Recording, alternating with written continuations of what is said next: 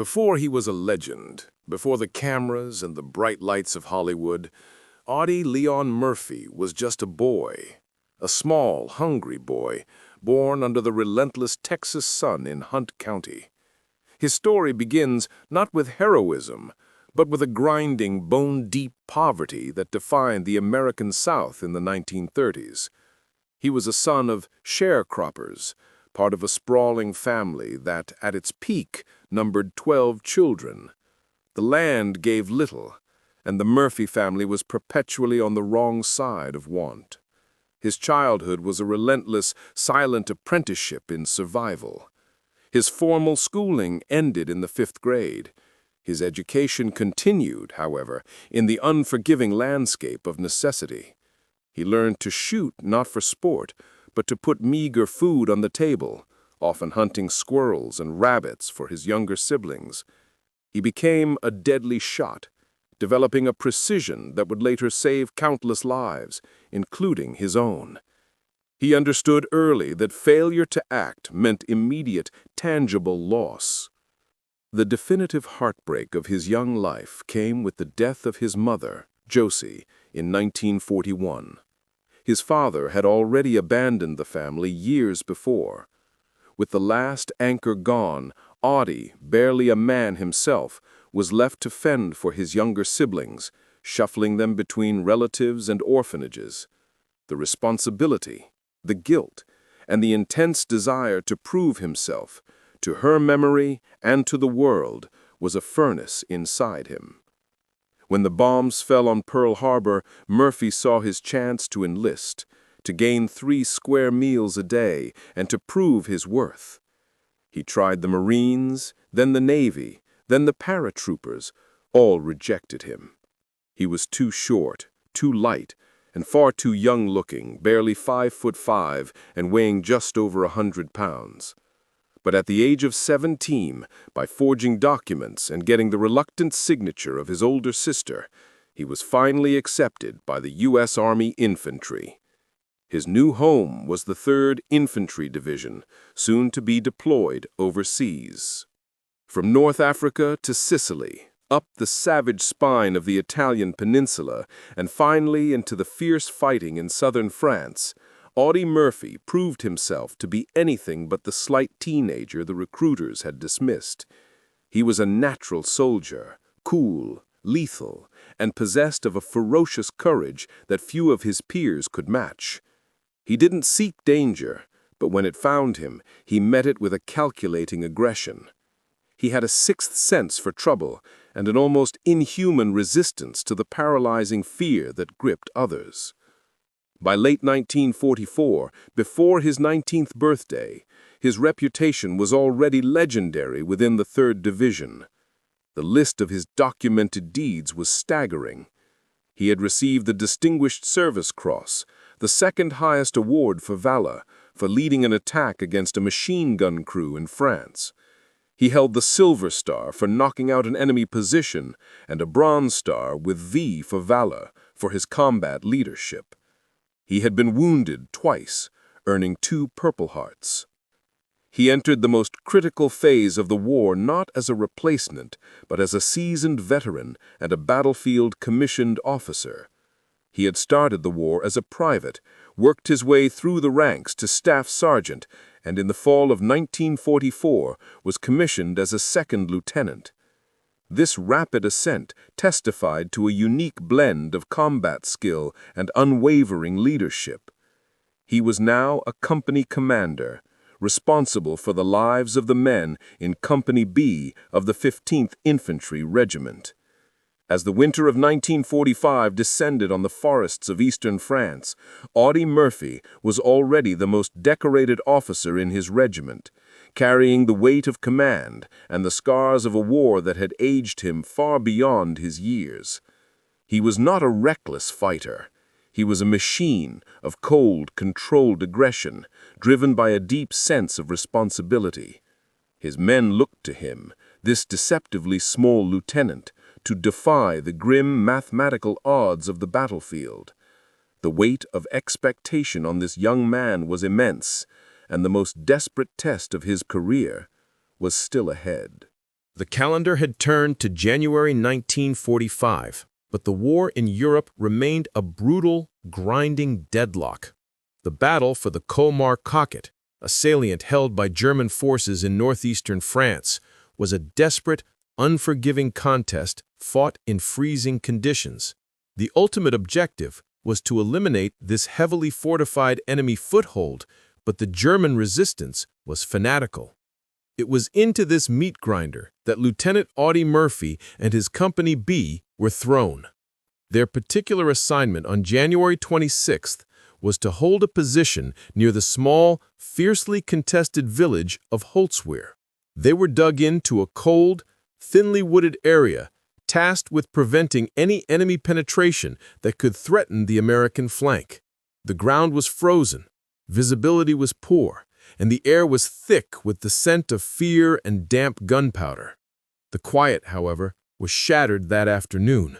Intelligence had warned of an enemy buildup, but the sheer force of the resulting counterattack was staggering. It was not a raid. It was a concerted, coordinated thrust designed to obliterate the American line. Leading the assault was a formidable combination of 6 heavy German tanks, rumbling, hulking shapes that seemed unstoppable, supported by a massive wave of veteran German infantry numbering over 200 men. These were not broken, retreating soldiers, but well-trained, determined troops bent on recapturing lost ground. The initial German barrage was deafening. Artillery and mortar shells rained down, tearing the trees apart and shaking the frozen earth. It was a prelude of terror designed to soften the American defenses before the armor rolled in. The small American company was immediately outnumbered and outgunned. The lieutenant quickly realized that the position was untenable against such a focused, combined arms assault. His 2 supporting American tank destroyers, meant to provide anti-armor protection, were instantly overwhelmed and proved ineffective. With enemy infantry pouring toward their lines and armor closing in, the risk of total annihilation was absolute. Facing the impossible choice between holding untenable ground and preserving the lives of his men, Murphy made the grim decision. He issued the order for his remaining soldiers to fall back, withdrawing into the relative cover of the woods behind them. He knew the enemy would interpret the retreat as a victory, but it was a necessary tactical move to allow them a chance to regroup and establish a new defensive line. But for Lieutenant Murphy, the withdrawal was not an option. He knew he had to cover their retreat, to buy them precious minutes, and to continue calling in artillery fire until the last possible moment. He remained exposed, directing fire and watching the German steel and infantry advance like an unstoppable tide. He stood at the edge of the woods, a single, solitary figure confronting the overwhelming weight of the German counteroffensive, ensuring his men's survival while preparing for what he knew would be his final, desperate stand. The stage was set, and the battle was about to be reduced to the singular, heroic will of one man. As Lieutenant Murphy watched his company pull back, the roar of the German advance grew deafening. The initial barrage gave way to the sharp, decisive sound of armored warfare. Then, a horrific concussion, the unmistakable thunderclap of a high-velocity 88mm shell finding its target. The round tore into the American position. One of the 2 supporting tank destroyers, an M10, took the devastating hit. Instantly, the vehicle was transformed from a combat asset into an engine of destruction for its own side. It was not merely disabled, the projectile ripped through its armor, igniting its fuel and stored ammunition. The M10 rapidly became a towering inferno, smoke billowing from its turret and hull. The crew, scalded and exposed, had no choice but to scramble out, abandoning the machine and running for the relative safety of the rear. The burning vehicle now stood between Murphy and the advancing German line, a monument to the failure of the defense. It was a ticking time bomb, a steel shell full of highly explosive ammunition that could detonate at any moment. For any rational soldier, the M10 was an object to be avoided, a death trap to be skirted widely. But Audie Murphy was not rational. He was a desperate commander facing the utter rout of his company. The lieutenant understood that if the Germans were allowed to cross the gap unimpeded, the entire American flank would collapse.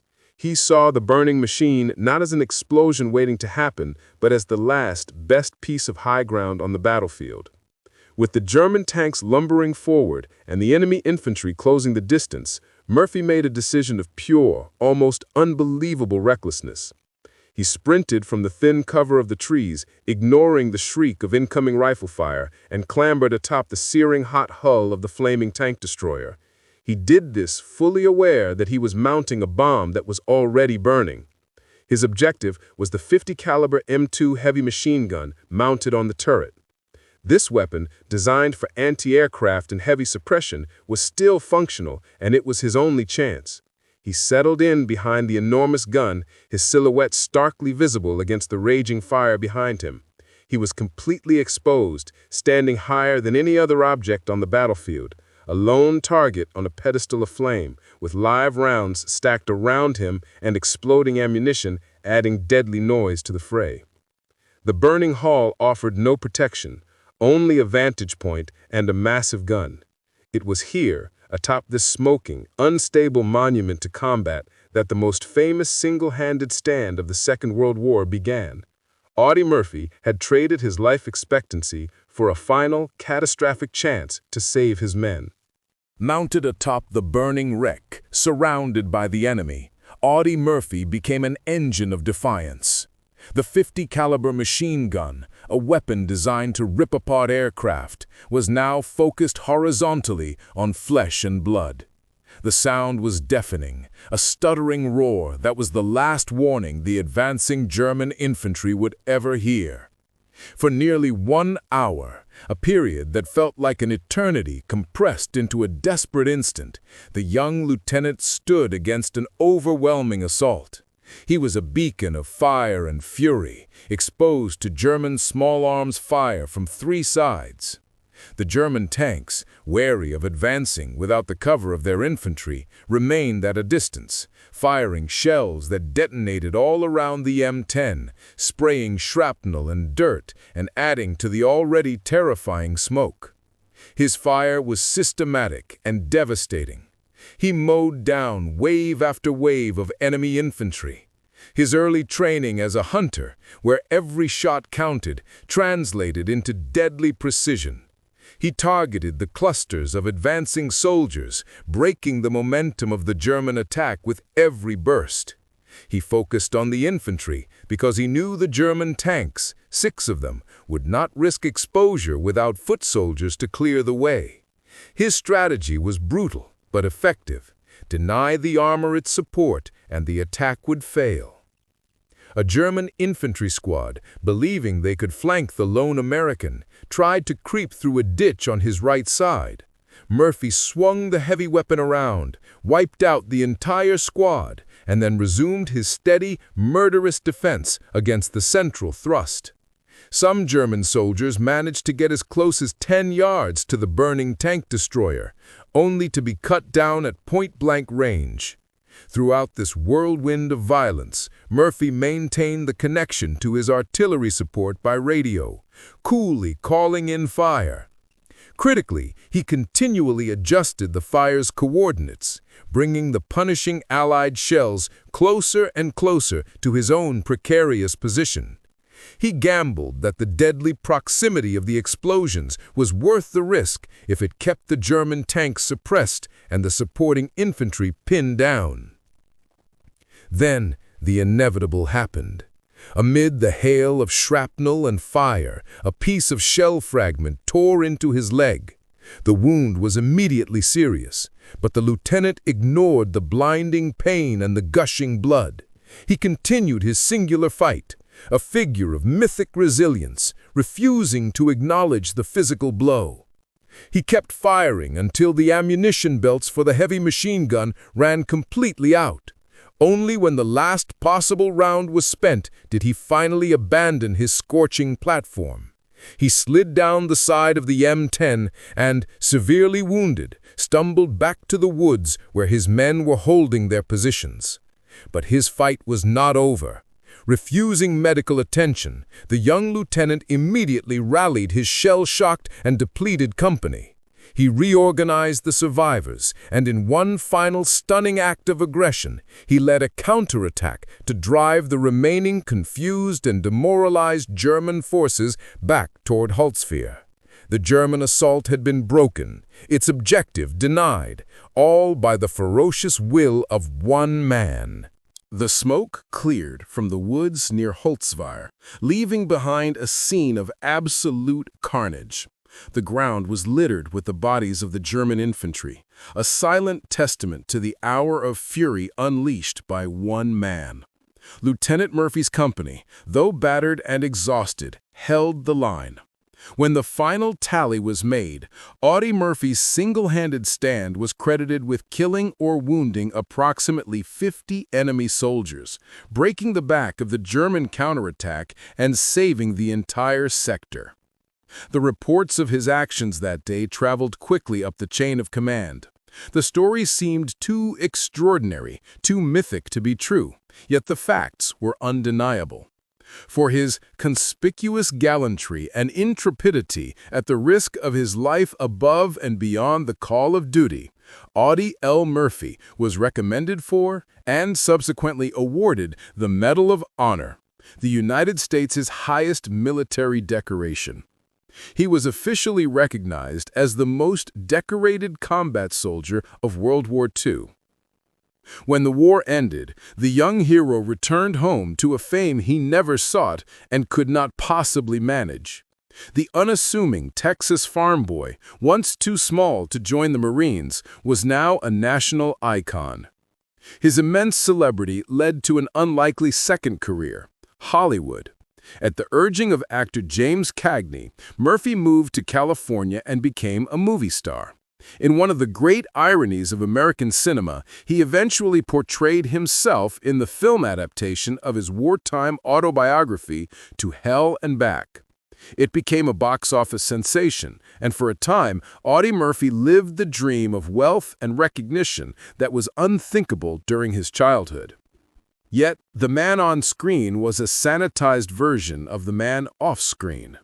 Beneath the veneer of fame and success, the war had left indelible scars. Murphy suffered terribly from what was then vaguely termed shell shock, and what we now recognize as post-traumatic stress disorder, or PTSD. He battled sleeplessness, crippling nightmares, and deep depression. In a final act of courage that transcended the battlefield, Audie Murphy became an early, outspoken advocate for veterans suffering from these hidden psychological wounds. He publicly spoke about his own struggles, calling for the American government and society to provide better mental health support.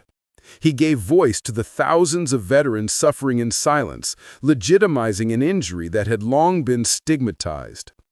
Audie L. Murphy's life was a testament to impossible courage and the enduring cost of war. He proved that true heroism is not just the ability to stand against an enemy tide, but also the strength to confront the demons brought home from the fight. He remains one of the greatest American heroes, a figure whose service, sacrifice, and commitment to his fellow soldiers defined the very best and the most complex of the greatest generation. His legacy endures, etched in both the history books of valor and the ongoing fight for veterans' mental health.